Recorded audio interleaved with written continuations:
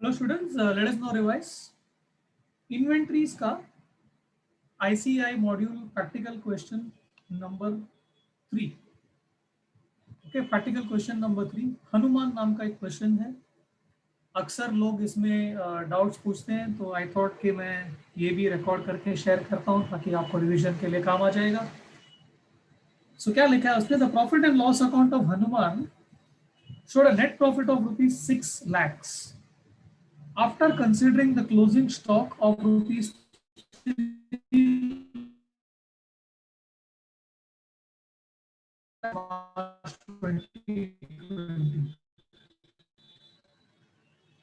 So net that is after considering closing stock as 3,75,000. मतलब अगर closing stock का figure में मिस्टेक रहेगा तो net profit भी रॉन्ग रहने वाला है। तो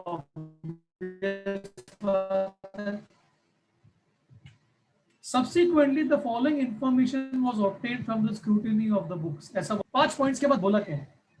वो बोलते हैं calculate the value of stock on 31 March 2020, जबकि स्टॉक का फिगर दिया है ऊपर, फिर भी वो बोलता है calculate the value of stock. इसका मतलब वो given value of stock is wrong, and the given value of stock is wrong means net profit also wrong, because ये स्टॉक को ट्रेडिंग अकाउंट में लिख के ही नेट प्रॉफिट ढूंढा है उसने। करेक्ट, इसलिए आगे लिखा है कि also find out the adjusted net profit बोला for year ended 31 March 2020। So in short दो चीज ढूंढना है आपने। पहला है correct value of stock as of 31 March 2020 और correct net profit as of 31 March 2020। मतलब एक ही सम को आपको दो बार सॉल्व करना है। एक बार नेट प्रॉफिट को ठीक करने के एंगल से सॉल्व करना है और एक बार स्टॉक का फिगर को ठीक करने के एंगल से सॉल्व करना है अपने को। तो पहला मैं नेट प्रॉफिट का काम कर लेता हूं, तो उसके लिए मैं बना रहा हूं ऐसा एक स्टेटमेंट। तो स्टेटमेंट का हेडिंग रहेगा statement showing calculation of correct net profit for the year ended 31 March 2016। We'll start with the profit given. So net profit as given, तो कितना दिया आपने को? 6 लाख रुपया दिया, and that is obviously wrong net profit. उसको ठीक करने के लिए आगे पॉइंट दिया आपने। सो पॉइंट नंबर 1 में लिखा है purchase for the year included 15,000 paid for new electrical fittings for the shop. अरे दुकान के लिए आपने इलेक्ट्रिकल फिटिंग्स खरीदा है, मतलब वो एक एसेट है, वो बैलेंस शीट का एसेट में आना चाहिए। लेकिन वो बोलता है कि परचेज का अंदर वो इंक्लूड कर दिया, वो है जो बैलेंस शीट का एसेट में रहना चाहिए। तो ऑब्वियस बात है कि आपको क्या करना पड़ेगा, उसको परचेजेस में से हटाना पड़ेगा। अच्छा, अगर हम परचेज में से हटाएंगे इसका मतलब हम लोग डेबिट साइड पे खर्चा को कम कर रहे हैं। अभी खर्चा को कम कर रहे हैं तो प्रॉफिट बढ़ेगा ना, तो अपने को क्या करना पड़ेगा, ऐड करना पड़ेगा। समझा आपको? Electrical fittings, purchase of electrical fittings is a capital expenditure and he has treated that as a revenue expenditure. So now when we reverse it, यानी हम लोग उसको ट्रेडिंग अकाउंट से निकाल के बैलेंस शीट में लेके चला जाएंगे, तो ट्रेडिंग अकाउंट से निकाल देंगे डेबिट में, तो डेबिट साइड में खर्चा कम हो जाएगा तो प्रॉफिट बढ़ेगा, इसलिए हम ऐड कर रहे हैं उसको। Next point, Hanuman gives away goods of the value of ₹40,000 samples for which no entry has been made in the books of accounts. अभी फ्री सैंपल बांटा और उसकी एंट्री क्या होगा? तो फ्री सैंपल बांटने का जर्नल एंट्री होता है advertisement account debit to purchases, ये इसका journal entry. Advertisement nominal account है, परचेजेस भी नॉमिनल अकाउंट है। So nominal account debit to nominal account, ये उसका जर्नल एंट्री है। तो ये आपने भले ही रिकॉर्ड नहीं भी किया हो तो भी प्रॉफिट को फर्क बिल्कुल भी नहीं पड़ता है, मतलब ये ऐड में भी नहीं आएगा और लेस भी नहीं होगा। तो मैं नीचे नोट फॉर सेल्फ में लिख देता हूँ कि no effect has been given for free samples because the journal entry for the same is advertisement account debit to purchases. Both being nominal accounts will not affect profit. समझा आपको? अगर ऐसा नहीं समझता है, फाइनल अकाउंट याद करो, ये वाला ट्रांजैक्शन का दो इफेक्ट याद करो। अब ट्रेडिंग अकाउंट का क्रेडिट में लिखते हो और पीएनएल का डेबिट में लिखते हो, मतलब वो नलीफाई हो जाता है, इसके लिए नेट प्रॉफिट को फर्क नहीं पड़ता है। ठीक है, नेक्स्ट आगे, invoices of goods of rupees 2,50,000 have been entered on 27 March but the goods were not included in stock. ये सेकंड वाला पार्ट पढ़ के समझता है कि ये परचेजेस का बात कर रहा है। सो इनवॉइसेस मतलब क्या, बिल्स। तो 2.5 लाख रुपए का बिल्स का एंट्री हुआ है, मतलब खरीदने का एंट्री हो गया। खरीदने का एंट्री हो गया मतलब purchase account debit to creditors, ये एंट्री कर दिया। अभी तुमने गुड्स खरीद लिया तो तुम उसका ओनर हो गया, तुम्हारा स्टॉक में इंक्लूड करना चाहिए ना, बट स्टॉक में इसको इंक्लूड नहीं किया होता। मतलब ट्रेडिंग अकाउंट का डेबिट में जो 2 परचेजेस करके लिखा है ना, उसके अंदर वो है, लेकिन जो वो गुड्स बिका नहीं, तो बाय क्लोजिंग स्टॉक में रहना चाहिए ना। तो क्रेडिट साइड पे वो बाय क्लोजिंग स्टॉक के अंदर नहीं है। इसका मतलब आपका क्लोजिंग स्टॉक अंडर वैल्यूड है, मतलब ट्रेडिंग अकाउंट का क्रेडिट में जो फिगर है वो कम है, आपका प्रॉफिट भी कम हो गया रहेगा। अभी हम स्टॉक को बढ़ाएंगे तो प्रॉफिट भी बढ़ेगा, तो ये ऐड करना पड़ेगा। करेक्ट, खरीदने का एंट्री किया बट क्लोजिंग स्टॉक में इंक्लूड नहीं किया, तो क्लोजिंग स्टॉक अंडरस्टेटेड है, तो प्रॉफिट भी अंडरस्टेटेड होगा, इसके लिए ऐड करना है। Next, in March 2020 goods of the value of rupees 2 lakh sold and delivered were taken in the sales of April 2020। अरे मार्च महीने में तूने 2 लाख का माल बेचा, तो उसको मार्च महीने का सेल में लेने का ना, बट उसको अप्रैल का सेल में लिया, मतलब नेक्स्ट फाइनेंशियल ईयर का सेल्स में इंक्लूड किया, मतलब करंट ईयर का सेल्स इज अंडरस्टेटेड। तो करंट ईयर का अगर सेल अंडरस्टेटेड रहेगा तो करंट ईयर का प्रॉफिट भी अंडरस्टेटेड रहेगा, तो इसके लिए अपन को क्या करना पड़ेगा, उसको ऐड करना पड़ेगा। Simple. Next, goods costing rupees 75,000 were sent on sale or return in March 2020 at a margin of 33.13% on cost, मतलब 1/3 on cost. Though the approval was given in April 2020, these were taken as sales in March 2020.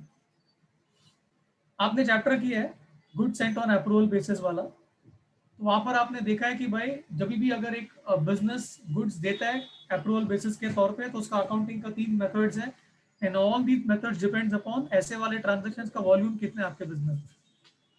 अगर ऐसा वाला transactions बहुत कम होते हैं, इसको लोग बोलते हैं कैजुअली, तो ऑर्डिनरी सेल मेथड फॉलो होता है, मतलब जिस दिन को हम गुड्स देते हैं कस्टमर को, उस दिन को हम सेल बोल के मान लेते हैं, जस्ट नाम के वास्ते। और अगर ईयर एंडिंग के पहले कंफर्मेशन आ गया, करेक्ट, तो हम लोग कुछ नहीं करते बिकॉज ऑलरेडी सेल मान लिया था। और कंफर्मेशन नहीं आया या जो टाइम पीरियड दिया वो खत्म नहीं हुआ, तो हम लोग सेल का एंट्री को रिवर्स करते हैं और गुड्स को स्टॉक में इंक्लूड कर लेते हैं। तो यहाँ पर एग्जैक्टली वही चीज हुआ है, आपने गुड्स दिया मार्च महीने में अप्रूवल बेसिस में और आपने मार्च का सेल्स में गिन लिया, बट एक्चुअल में वो गुड्स का अप्रूवल तो अप्रैल में ही आया। अभी गुड्स का अगर अप्रूवल अप्रैल में ही आया, मतलब मार्च का सेल्स में आपने नहीं गिनना चाहिए, तो आपका सेल्स ओवर वैल्यूड है, मतलब प्रॉफिट भी ओवर वैल्यूड है, तो आपको कम करना पड़ेगा, तो आपको लेस करना पड़ेगा। अभी नाउ द क्वेश्चन, लेस कितना करने का, तो लेस 75,000 नहीं कर सकता है, बिकॉज 75 तो कॉस्ट है, लिखा ना गुड्स कॉस्टिंग 75, करेक्ट। सेल्स में सेलिंग प्राइस रहेगा ना, तो सेलिंग प्राइस के लिए प्रॉफिट चाहिए, और प्रॉफिट क्या लिखा है आगे, 33.13% ऑन कॉस्ट, और फर्स्ट में क्या लिखा है स्टार्टिंग में, goods costing 75, 33.13% on cost, cost cost matching matching.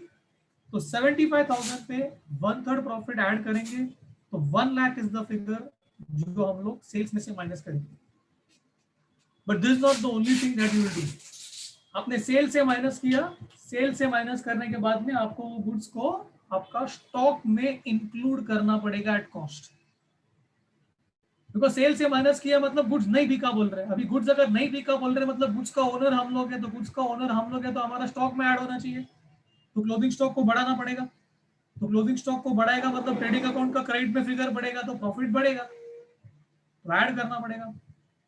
But closing stock में ऐड थोड़ी 1 लाख करेगा, क्लोजिंग स्टॉक में ऐड तो कॉस्ट करेंगे, एंड द कॉस्ट इज 75,000। और कोई ट्रांजैक्शन तो है नहीं, तो इसके बाद क्या करेंगे, ये प्लस माइनस करेंगे, तो प्लस माइनस करके अपने को क्या आ जाएगा, करेक्ट नेट प्रॉफिट आ जाएगा। ये हो गया क्वेश्चन का पहला वाला पार्ट सॉल्व। यही चीज को तुम्हारा आईसीएआई ने क्या किया है, they have done it by preparing a profit and loss adjustment account. वैसा किया तो भी चलेगा। क्वेश्चन में किधर भी बोला नहीं है पीएनएल एडजस्टमेंट अकाउंट बनाओ, पर उन्होंने ऐसा किया है। ऐसा स्टेटमेंट फॉर्मेट भी चलता है, मुझे ये इजी लगता है बोल के मैंने ऐसा किया। अगर आप profit and loss adjustment account बनाओगे तो कुछ नहीं, क्या करने का, नेट प्रॉफिट 6 लाख रुपया दिया है तो 6 लाख के साथ सेट करने का, जो भी चीज, और 6 लाख रुपया कैसा लिखने का, क्रेडिट साइड लिखने का बाय नेट प्रॉफिट करके पीएनएल एडजस्टमेंट। फिर जो भी चीज मैंने ऐड लिखा है वो सब 6 लाख का नीचे आएगा, मतलब बाय बाय बाय करके आएगा, और जो भी चीज लेस है वो टू करके आएगा, सिंपल। अब जो सेकंड वाला पॉइंट था ना, वो फ्री सैंपल वाला, जिसका हमने कुछ एंट्री किया ही नहीं, यहाँ पे ऐड या लेस कुछ किया नहीं, उन्होंने क्या किया, वो अकाउंट जो बनाया पीएनएल एडजस्टमेंट में, तो क्रेडिट में भी लिखा 40 और डेबिट में भी लिखा 40, क्योंकि हम लोग ट्रेडिंग अकाउंट का क्रेडिट में लिखते हैं और पीएनएल का डेबिट में लिखते हैं ना, तो वो कार्यक्रम किया, समझे आपको। इसलिए मैं यहाँ पे नोट एक डाल रहा हूँ और एक, कि alternatively we could have made a PNL adjustment account, जो लोग ने मॉड्यूल में किया है, अब वहां से देख सकते हो, करेक्ट। अभी हम क्वेश्चन का सेकंड पार्ट करते हैं, करेक्ट वैल्यू ऑफ स्टॉक ढूंढ लेते हैं। तो the given value of stock is, कितना स्टॉक दिया है ऊपर लिखा है ना, after considering closing stock as 3,75,000, correct, ये स्टॉक का फिगर दिया है उसमें। दो चीज है जो अपने को स्टॉक में एडजस्ट करने का है। सबसे पहला है, हर एक पॉइंट को वापस पढ़ते हैं ना, चलो। फर्स्ट नंबर पॉइंट में क्या लिखा है, परचेजेस का अंदर 15,000 है जो इलेक्ट्रिकल फिटिंग्स का है, तो परचेजेस का अंदर है, इसका मतलब ये नहीं है कि वो स्टॉक के अंदर भी है, इसके लिए पहला वाला पॉइंट को कुछ नहीं करने का। सेकेंड वाला पॉइंट में फ्री सैंपल बांटा, उसका बुक्स में एंट्री नहीं किया, बुक्स में नहीं लिखा, that doesn't mean mall stock से नहीं गया, चला गया स्टॉक, मतलब 375 आफ्टर दैट 40,000, इसके लिए पॉइंट नंबर 2 को भी कुछ नहीं करने का। थर्ड पॉइंट में लिखा है कि गुड्स तुमने खरीदा और इसको स्टॉक में इंक्लूड नहीं किया, तो भी इंक्लूड करो, तो ऐड करेंगे। खरीदने का एंट्री किया बट स्टॉक में इंक्लूड नहीं किया, बोलते ऐड किया। फोर्थ पॉइंट तो सेल्स का बात कर रहा है, वो बोलते हैं गुड्स बेचा मार्च में, डिलीवर भी हो गया मार्च में, अभी डिलीवर भी हो गया मतलब माल चला गया ना, मतलब 375 उसके बाद है, तो स्टॉक के साथ कुछ नहीं करने का। फिफ्थ पॉइंट में आपने गुड्स कस्टमर को दिया मार्च महीने में, अप्रूवल अप्रैल में मिला, तो सेल का एंट्री को रिवर्स करके वो गुड्स को स्टॉक में इंक्लूड करना है, तो स्टॉक में ऐड करना है, तो स्टॉक में ऐड करेगा मैं, बट क्या ऐड करेगा, कॉस्ट, करेक्ट। तो कॉस्ट कितना था उसका 75,000, वो मैं ऐड करूंगा, तो मेरे को मिल जाएगा the correct value of stock as on 31st March which is 7 lakh rupees. I hope this concept is very clear to you. इसको बार बार देखो, ऐसा वाला सब एग्जाम में 1 या 2 बार ऑलरेडी आ चुका है, तो it's a very very important question. Fine, thank you very much.